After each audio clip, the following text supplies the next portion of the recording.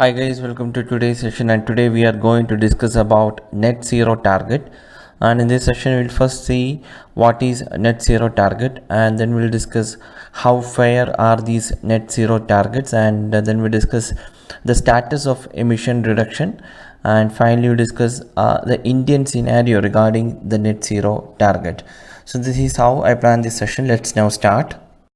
So friends, Climate Ambition Summit, which was co-hosted by UK, France and the UN on the 5th anniversary of 2015 Paris Agreement, has brought back the debate on the fairness issues regarding the net zero targets and the pathways regarding greenhouse gas emission reduction.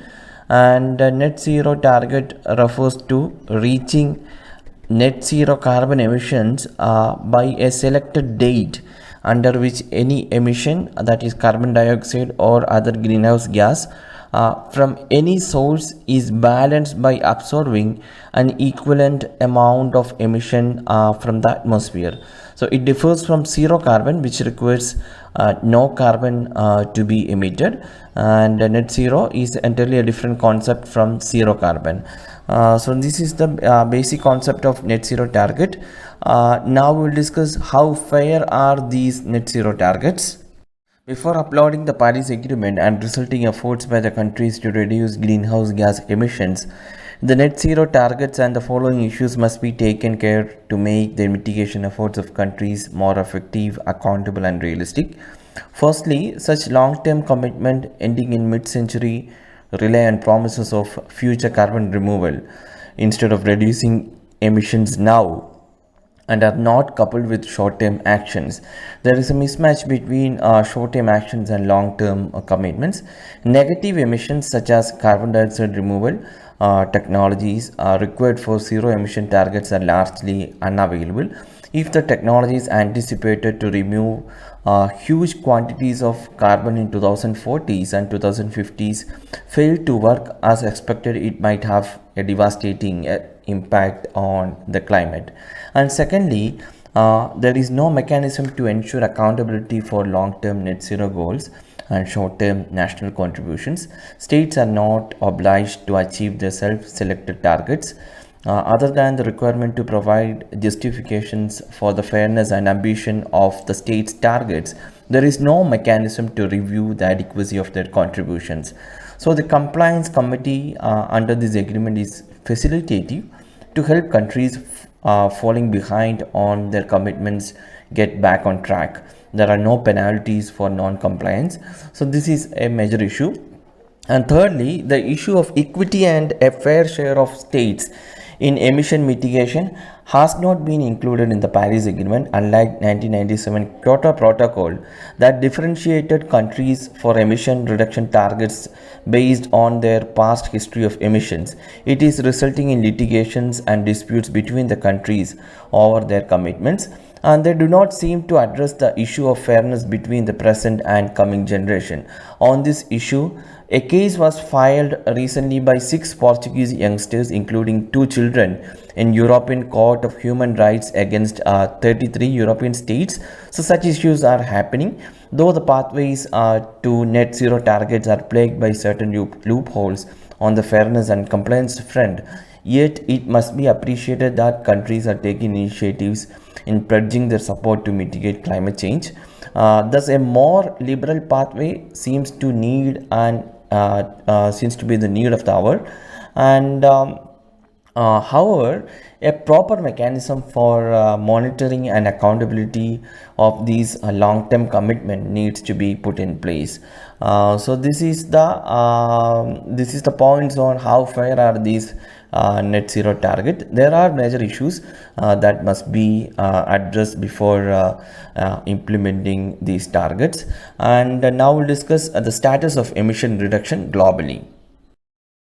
So countries were expected to submit their upgraded national target before December 2020, but due to COVID disruption, only 13 countries covering 2.4% of global emissions have submitted such targets. All the COVID lockdowns resulted in a temporary 4.2 to 7.5% reduction in greenhouse gases. The achievement of 1.5 degrees Celsius target would require global carbon dioxide emission to fall by 45% from the 2010 levels by 2030. And according to Emissions Gap Report 2020, in spite of a dip in 2020 carbon dioxide emissions due to COVID-19, the world is still heading for a temperature rise in excess of 3 degrees Celsius by end of this century. And according to the latest State of Global Climate Provisional Report 2020, is said to be among the three warmest years on record, and the decade 2011 to 2020 would be the warmest ever. However, several states have announced their net zero targets in the recent past, including all G7 states except the US and 11 G20 members with mid-century, that is 2050 or 2060 net zero targets. The US is also expected to join this league very soon. As we all know, the former President Trump was against these all activities or initiatives. Now the present administration in US is acting very progressive towards the climate change. The US President's special envoy has visited Indian Prime Minister recently, and they have the net zero targets on their discussion table. And now we'll discuss what are the Indian scenario regarding the emissions. India's per capita carbon dioxide emission at 1.8 tons per person in 2015, and are around a ninth of those in USA, and around a third of global average of 4.8 tons per person. However, overall India is now the planet's third largest emitter of carbon dioxide behind China and the USA, and there is a global pressure on India to commit net zero emissions by 2050. As we discussed before, the recent visit by US envoy to the Indian president, they had this net zero emission targets on the discussion table.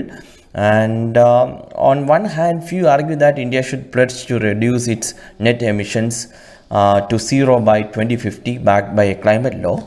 This will make India hyper competitive, attract investment, and create jobs. For example, more ambitious policies to promote electric vehicles along with cleaner electricity and hydrogen electrolysis can create jobs in auto manufacturing industry and in the electricity and construction sectors. While on the other hand, there is a long-standing principle of common but differentiated responsibility that requires richer countries to lead and argue against any pledge that risk prematurely limiting Indian energy use for development.